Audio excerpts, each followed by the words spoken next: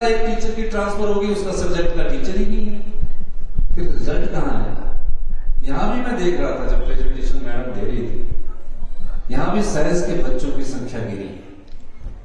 Total 400 के करीब science के बच्चे हैं, 450 के, और आर्ट्स के और दूसरे प्रोफेशनल कोर्सेज हम शुरू किए हैं। वीवॉक चल रहा है, बीसीए चल रहा है, पीजीडीसीए चल रहा है, कई सब्जेक्टों के लिए चल रहे हैं, लेकिन इससे आगे सोचते हमें अच्छी शिक्षा देनी। हम कई चीजों में पिछड़े हुए हैं, हमें आगे कैसे बढ़ना है। ये कुर्सी आती है जाती है, लेकिन नीतियां जो भविष्य की चुनौतियों को सामना करने के लिए अगर हमें बनाने पड़ेगी, हमारी सरकार उस दिशा में काम करेगी। इसीलिए मैंने अभी कहा कि एक सभी प्रिंसिपल वाइस प्रिंसिपल्स को सभी कॉलेज के हमारे बुलाए हैं, उनसे चर्चा की जाए कि इस चीज की कमी कहां है, उसको पूरा करना है। और हम बजट की अभी प्री बजट मीटिंग स्टार्ट कर रहे हैं, ताकि शिक्षा संस्थानों में जो शिक्षा हमारे अच्छे संस्थानों में दिल्ली में मिलती है, वो हमारे कॉलेज के गांव से आने वाले बेटियों को भी मिले। इस दिशा में हमारी सरकार का है। बेटियों के लिए मैं कहना चाहूंगा, अभी हमने आपकी शादी की उम्र को 18 से 21 साल की है। अभी हमने आपकी शादी की उम्र को, कुछ जगह विरोध भी हुआ कि 18 साल, गांव में तो बेचारे, शहर में तो चलो बेटी 21 क्या 22, 25, 27, 28, 30 साल तक शादी, गांव में बच्चों को जल्दी शादी करके विवाह बंधन में बांध दिया जाता है। इसलिए हमने एक कानून पास किया। इनका पेरेंट प्रॉपर्टीज में राइट नहीं था बेटियों का। मैंने एक्ट पढ़ा, 1971 का एक्ट था। हमने कहा इक्वल राइट होना चाहिए, और हमने उसमें इक्वल राइट की बात की और उनको प्रॉपर्टी राइट्स में राइट बना। अभी पुलिस की भर्ती होने जा रही है। हमने कहा उसमें 30% रिजर्वेशन धीरे धीरे ना, जहां पुरुष प्रधान समाज होता है वहां धीरे धीरे काम करना पड़ता है। 30% आरक्षण अपनी प्यारी बेटियों को पुलिस में मिलना चाहिए। और हम आने वाले समय में हम किस तरह अपनी बेटियों को आगे बढ़ाए, इस दिशा में भी काम करें। बहुत बदलाव हमने शिक्षा के क्षेत्र में किए और आगे करने की नीयत भी अच्छी है। हम संस्थान खोल देते हैं, नोटिफिकेशन कर देते हैं, एक टीचर भेज देते हैं, 25 बच्चे होते, क्या टीचर पढ़ाएगा। ये स्कूलों के हाल। इसीलिए हम शिक्षा संस्थानों को बंद करके Rajiv Gandhi day boarding school बना रहे हैं। 100 बीघा में गांव के बच्चों के लिए स्कूल बना रहे हैं, जहां खेल की सुविधा भी होगी, जहां 4-5 खेलों के ग्राउंड्स होंगे। डे टाइम में हम उनको लंच देंगे, पौष्टिक आहार देंगे, क्योंकि जो हमारे बच्चे हैं उनकी हाइट कम आ रही है, वो कमजोर हो रहे हैं। उस दिशा में हमारी सरकार योजना लेकर आ रही है। क्या कारण है उसमें हमने रिसर्च कर रहे हैं, उसके कई कारण हैं और उस दिशा में भी हम आगे बढ़ रहे हैं। अभी हमने जो बेटियां पढ़ना चाहती है या कोई भी छात्र पढ़ना चाहता है, मैं उसको 20 लाख रुपए का लोन, 20 लाख रुपए का लोन, जो डॉक्टर बनना चाहता है, इंजीनियर बनना चाहता है, किसी भी कोर्स में करना चाहता है, 1% ब्याज की दर पर हिमाचल प्रदेश सरकार उपलब्ध करवाएगी। 1%। अभी एक बेटी आएगी, उसकी फॉरेन में सिलेक्शन होगी, गरीब थी, हमने कैबिनेट में लाया कि हमारी सुविधा उन सब बच्चों को, चाहे बाहर पढ़ना चाहते, 1% क्यों रखा। हम चाहते तो 1% भी माफ कर सकते थे, कि जिंदगी में जब कभी भी वो कुछ बनेगा और समाज की सेवा करेगा, और कोई ऐसा साइंटिस्ट बनता है जिससे समाज का और उत्थान होता है, तो उसके मन में रहेगा कि मेरे पर ब्याज है, 1% ब्याज की दर से मैं इस पैसे को वापिस करूं। हमने ये ब्याज इसलिए नहीं रखा कि उससे पैसा लेना है, ये हमने ब्याज इसलिए रखा कि वो अच्छा पढ़ लिख कर एक समाज का अच्छा निर्माण करेगा, अच्छा इंसान बनेगा। 1% ब्याज।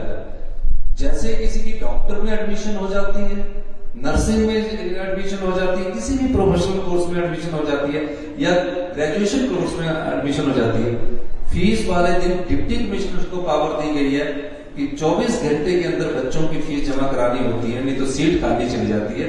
डिप्टी कमिश्नर पहले फीस जमा करवाएगा और अगले 6 महीने के बाद वो अपना लोन का केस बनाएगा। ये हम सुविधा अपने बच्चों को देने जा रहे हैं। तकरीबन 4000 के करीब हमारे अनाथ बच्चे थे, अपनी माता को खो चुके थे, अपने पिता को खो चुके थे। हमारी सरकार ने उन 4000 बच्चों को, सरकार ही माता है, सरकार ही पिता है, चिल्ड्रन ऑफ द स्टेट का दर्जा दिया। महज दर्जा ही नहीं दिया, विधानसभा में इसके लिए कानून पास किया कि पैदा होने के बाद से बच्चा अगर अपनी माता को खो देता है, पिता को खो देता है, 27 साल तक हिमाचल प्रदेश की सरकार उसका ख्याल रखे। अब एक महीने का बच्चा कौन ख्याल रखेगा? अनाथ हो गए, मामा जी के पास चला गया, चाचा जी के पास चला गया, कोई ज्यादा क्या, उसके लिए हमारा एक नर्स रहेगी। जब बच्चा 3-4 साल का होगा तो 3 बच्चों पर एक नर्स रहेगी। हर महीने 2500 रुपया उसके अकाउंट में जाएगा। और जब वो आजकल तारा हॉल में भी बच्चों को लिया जा रहा है, पाइन ग्रोव में भी 3 अनाथ बच्चों को लिया गया, और प्रिंसिपल मैडम बता रहे थे कि हमने भी सुख आश्रय के तहत 2 अनाथ बच्चों को हॉस्टल उपलब्ध करवाया। हॉस्टल उपलब्ध करवाना नहीं है, उनकी पढ़ाई का पूरा खर्चा हिमाचल प्रदेश की सरकार उठाएगी। हॉस्टल का पूरा खर्चा हिमाचल प्रदेश की सरकार उठाएगी। 18 साल के बाद कॉलेज आता है ना, पॉकेट मनी चाहिए होती है अपने बच्चे को, तो हम पॉकेट मनी देते। अगर वो कॉलेज आएगा, अगर तो वो आरकेएमपी में आती है कोई बेटी, तो उसको 4000 रुपया महीना पॉकेट मनी मिलेगी, और उसकी पूरी फीस कॉलेज की सरकार देगी, और हॉस्टल का पूरा खर्चा सरकार देगी। जो 18 साल से बड़े बच्चे हो जाते हैं, डॉक्टर बनते हैं, डॉक्टर का 1.5 लाख रुपया भी सरकार देगी, और 75,000 रुपया के हॉस्टल का खर्चा भी सरकार देगी। फिर हमारे पर हम सर्दी में घूमने जाते हैं, दिल्ली चले गए, चंडीगढ़ चले गए, गोवा चले गए, केरला चले गए, उन अनाथ बच्चों को कौन देखेगा? हमने उनके लिए भी कि साल में 15 दिन का एक टूर होगा, बाई एयर, अगर जब दूर जाना होगा तो बाई एयर जाएंगे, और 3 स्टार होटल की फैसिलिटीज उनको उपलब्ध करवाएंगे हमारी सोशल वेलफेयर विभाग। अब बड़ी बेटियां हो जाती हैं, 22-24 साल की, 4-5 लड़कियां इकट्ठा जाना चाहती है, वो भी जाएगी, अपना उनको पूरा पैसा मिलेगा, रहने का मिलेगा, 4000 पॉकेट मनी 27 साल तक मिलेगी। कोई बिजनेस शुरू करना 2 लाख मिलेगा, शादी के लिए 2 लाख मिलेगा, अगर घर में जगह है तो 3 लाख रुपया हिमाचल प्रदेश की सरकार उसको उपलब्ध कराएगी। अभी दिव्यांग बच्चे आए, मैं अभी देख रहा था 3 बेटियों को यहाँ हमसे मिले, हमने उनके लिए कंडा घाट में बेस्ट इंस्टीट्यूशंस बनाने जा रहे हैं, वर्ल्ड क्लास, जो प्री नर्सरी से लेकर ग्रेजुएशन तक इन बच्चों की पढ़ाई करता है। कई ऐसे दिव्यांग हो गए जिनके साथ उनकी माता को भी रहना पड़ेगा, क्योंकि माता तो होता है ना, मोह होता है, तो उसमें उनको रहने के लिए हम उनको सुविधा दे रहे हैं। मैं खुद उसकी व्यक्तिगत तौर से देख रहा हूं कि पूरा काम हो रहा है, जमीन होती है, नक्शा बन गया, फाउंडेशन, मैंने कहा पहले काम शुरू करो। ऐसे बच्चे जिसमें समाज की संपदा पर जिनका अधिकार है, उनको अधिकार नहीं मिल रहा था, हम उनको अधिकार देना चाहते हैं, और उस अधिकार के तहत ये सारे काम कर रहे हैं। यही नहीं, मैंने देखा कई बार विधवाएं हो जाती हैं, पति कमाने वाला चला गया, बेटी डॉक्टर बन रही है, इंजीनियर बन रही है, नर्स का कोर्स कर रही है, फीस कौन भरेगा? फिर वो कई बार नेताओं के पास जाते हैं, कई बार दादी सदन आके बोलते हैं कि मैं इस बेटी को पढ़ा रहा हूं, और उसके मन में कुंठा रहती है कि मैं इससे पैसे ले। उस कुंठा को दूर करने के लिए हमने कहा कि जो भी विधवा माताओं के बच्चे जहां भी पढ़ रहे हैं, उनको हम पूरी फीस का खर्चा हिमाचल प्रदेश की सरकार देगी और 3,000 रुपया पीजी में रहने का खर्चा भी हिमाचल प्रदेश की सरकार देगी। दानी सर आते हैं करते हैं, लेकिन उस बच्चे के मन में ये भाव पैदा नहीं होना चाहिए कि मैं इसकी बदौलत पड़ी इसलिए मैंने ये योजना उनके लिए लेकर आई, उसका लाभ अब मिलना शुरू हो गया। आपके पड़ोस में कोई ऐसी बच्ची है जो विधवा है, 3 लाख से उसकी विधवा मां की आय कम है, तो उस योजना का लाभ वो भी उठा सकते हैं। इसी तरह कुछ युवा पीढ़ी हमारी नशे में चली गई। अब नशे में चली गई है, नशे बंद कमरों में उनको नशा दूर करने की हम कोशिश करते कि कमरे में बंद कर दिया है, जो चली हुई है 10 कमरे बना दिए हैं, उनमें बंद रखिए। अब जिसको नशे की लत लगी, उस नशे की लत को बंद कमरों में बंद करके नहीं रखा है, क्योंकि उसको तो कुछ चाहिए। तो हम 150 बीघा सोलन के जो कोटला भेड़ जगह है, उस जगह में हमने अभी टीमें भेजी, नीमच में भेजी और जगह भेजी, और वहां हम बेस्ट जो युवा नशा पीढ़ी में पड़ गए हैं उसको कैसे समाज की वापिस विचारधारा में लाया जाए, इस तरह का इंस्टीट्यूशन हमको सोलन में बना रहे हैं। और आजकल हमने नशे के खिलाफ अभियान छेड़ा हुआ है। आपने देखा कि काफी नशे के सौदागरों को अभी हमने पकड़ा है, काफी नशे के खिलाफ जो इस धंधे में लगे हैं उनके खिलाफ हमारा अभियान चला हुआ है। आप पढ़ते होंगे अखबार, हम उनके खिलाफ सख्त से सख्त कार्रवाई करेंगे, कड़ी से कड़ी कार्रवाई करेंगे। आज आपके बीच में आकर मैं ये कहना चाहता हूं, आप भविष्य के नेता हैं, भविष्य के डॉक्टर, भविष्य के प्रोफेसर है, भविष्य के प्रिंसिपल। आप लोगों को सोचना यह है कि जीवन में मैंने जो काम करना है उसे मैंने ध्यान लगाकर करना है। अगर आप ध्यान नहीं लगाओगे और कई बार विचलित हो जाओगे, ये स्वभाव में है, ऐसा नहीं कि सब चीजें मिलती है, विचलित होना भी मनुष्य के स्वभाव का एक अंग है। मैं गवर्नमेंट स्कूल से पढ़ा, गवर्नमेंट कॉलेज से पढ़ा। जब हम स्कूल में पढ़ते थे तो उसमें बेंच 9th क्लास में मिलते थे, और जब हमारा कॉन्फिडेंस बिल्डअप स्कूल में नहीं हुआ, जब हम कॉलेज में आए तब कॉन्फिडेंस बिल्डअप हुआ, जब हम यूनिवर्सिटी गए तो कॉन्फिडेंस बिल्डअप। कोई चीज जीवन में मुश्किल नहीं है। अगर कोई ये सोचता है कि मैं ये कर नहीं सकता, वो गलत है। सब लोग कर सकते हैं। आप लोगों को करना है तो ये सोचना कि मैंने ये करना और उस दिशा में अपने कदम बढ़ाने, उस कदम बढ़ाने के लिए आपको कर्म करना पड़ेगा और अपनी इच्छा शक्ति को मजबूत रखना पड़ेगा। अगर आप अपनी इच्छा शक्ति को मजबूत रखते हैं तो मैं कह सकता हूं कि आप सभी चुनौतियों को पार कर सकते हैं। इसलिए मैं आप लोगों के पास ये कहने आया कि शिक्षा में जहां हम बदलाव करने जा रहे हैं, हेल्थ सेक्टर में हम बदलाव करने जा रहे हैं, मेडिकल कॉलेजेस की हालत देख लीजिए, इंस्टीट्यूशंस की हालत देख लीजिए। हम आपको चीजें तो दे रहे हैं लेकिन वो क्वालिटी नहीं दे रहे। आज हिमाचल प्रदेश कैंसर के रोगियों की श्रेणी में दूसरे स्थान पर नॉर्थ ईस्ट के बाद आ गया है, क्योंकि हमने चीजें तो पैदा कर दी, इच्छाओं के अनुसार उनको खुश तो कर दिया चुनावों को देखकर, लेकिन वो चीजें नहीं दी जो आपको मिलनी चाहिए। आज हम ना क्वालिटी लाइट दे पा रहे हैं, ना क्वालिटी वाटर दे पा रहे हैं, ना क्वालिटी हेल्थ सर्विस दे पा रहे हैं, और ना ही हम अपने समाज को जागरूक कर पा रहे हैं। लेकिन इन सब चीजों से कौन लड़ेगा? सरकार लड़ेगी, आप सब लोग लड़ेंगे, जनता लड़ेगी, युवा पीढ़ी लड़ेगी।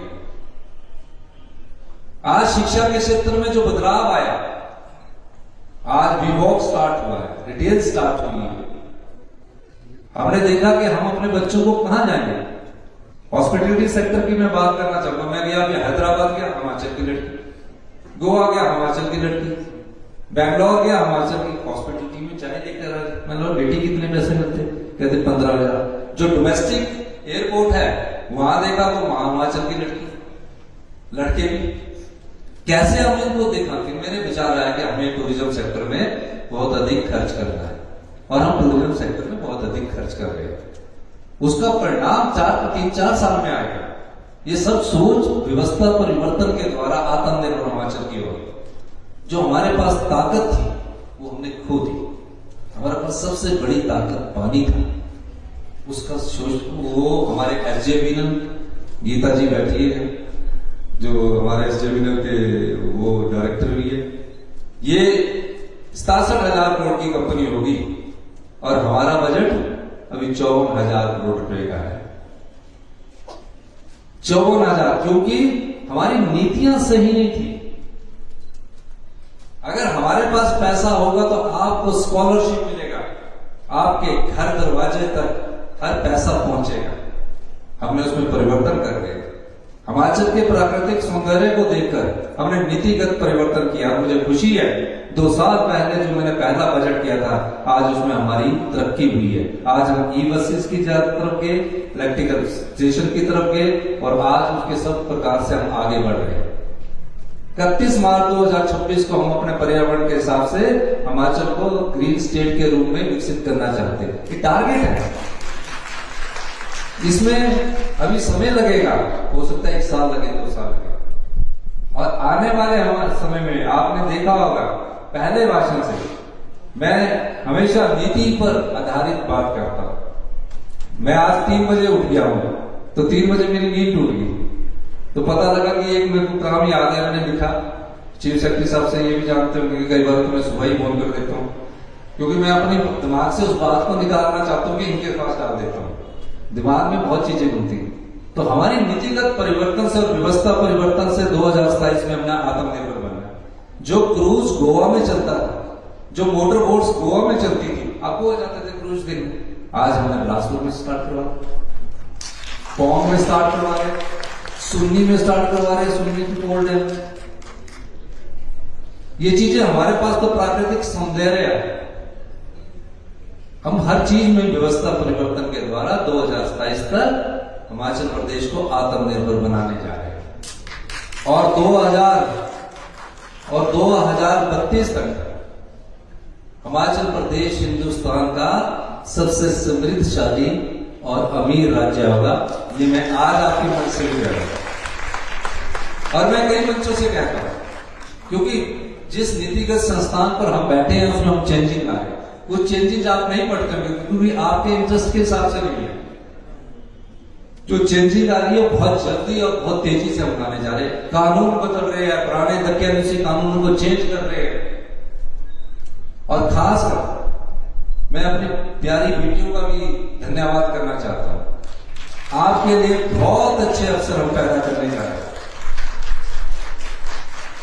अभी आप देखेंगे, अभी मेरे पास एनएसयू की बेटियां मिली, इन्होंने कहा कि हमारे यहाँ टीचर नहीं है।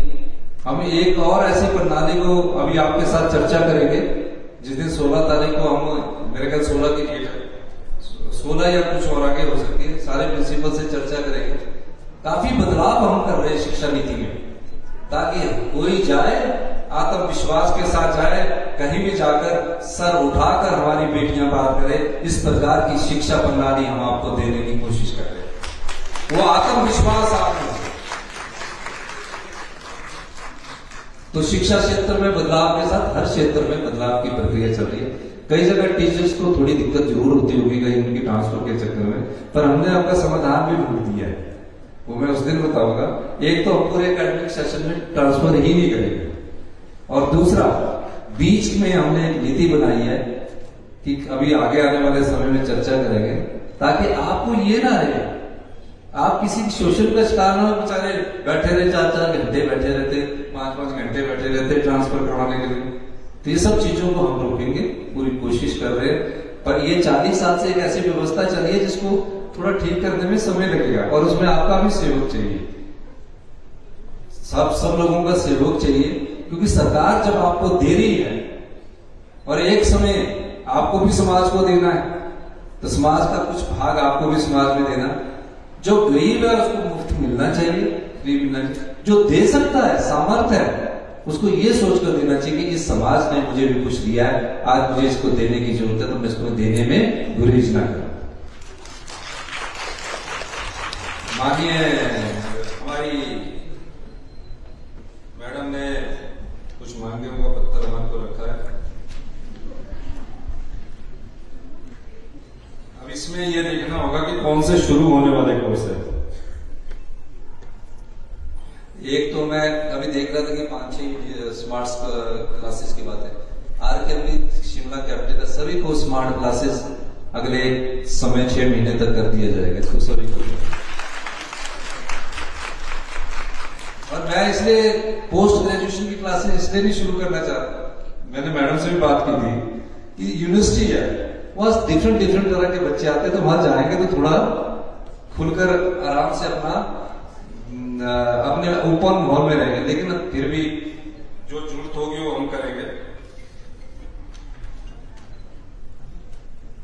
वैसे ही मैडम के आने के बाद आपको मैं बताना चाहता हूं, इन्होंने अपनी ताकत का इस्तेमाल करके ना 6 करोड़ रुपए यहां पहले लेके जाए।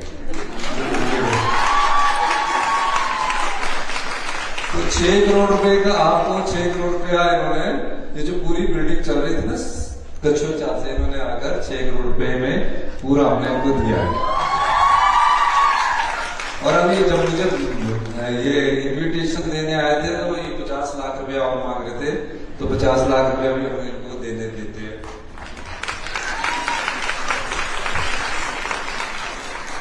जो पेयर ऑफ साइंस ब्लॉक है, साइंस ब्लॉक के लिए 50 लाख रुपया मांग रहे हैं, तो आपको 50 लाख रुपया भी हम देंगे। पर बेटियां मिली थी जो बोल रही थी हॉस्टल और जिम्नेजियम क्या है, हॉस्टल के लिए अगर जगह होगी तो मैं चाहता हूं कि बेटियों का हॉस्टल बने। अगर जगह यहां मिल जाएगी तो मैं हॉस्टल के लिए आपको जितना भी पैसा होगा मैं उसके लिए आपको दूंगा, क्योंकि एक बार हरीश नाटा जी ने 2-3 बार मुझे कहा कि हॉस्टल भी चाहिए। एक साइंस ब्लॉक के लिए भी आपने बात की और इसमें भी लिखा साइंस ब्लॉक के रिपेयर के लिए 50 लाख हम उनको देते। और जो प्यारी बेटियों ने यहाँ सांस्कृतिक कार्यक्रम किया है हमारी, उनको मैं 2 लाख रुपए देने की सांस्कृतिक कार्यक्रम की योजना करता हूँ।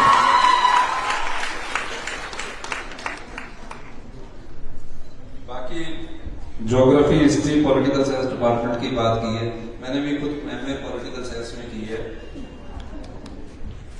इसका मैं आपसे चर्चा करके आगे बढ़ेंगे। डिजिटल लाइब्रेरी की भी मैं यहाँ देने की घोषणा करता हूँ, क्योंकि डिजिटल लाइब्रेरी की जरूरत है।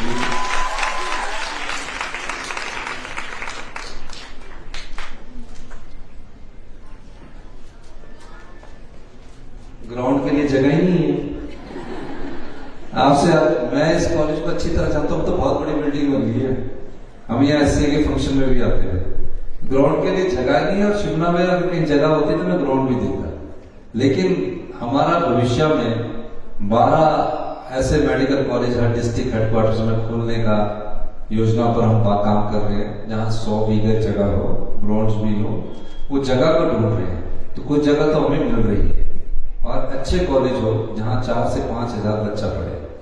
तो इस दृष्टि से हमारी सरकार कार्य कर रही है, लेकिन जगह की हिमाचल प्रदेश में बहुत कमी है। और जगह भी यहाँ ऐसी महंगी है कि बॉम्बे के बराबर का रेट मिलता है, तो हमें लैंड एक्विजिशन में भी बहुत प्रॉब्लम आती है। हम इस दिशा में जो आपके जहां जगह उपलब्ध होगी, कैपिटल के कॉलेजेस को हम अच्छा सुंदर बनाने की पूरी कोशिश करेंगे। आपने हमारी बात सुनी, आपका बहुत बहुत धन्यवाद। जय हिंद।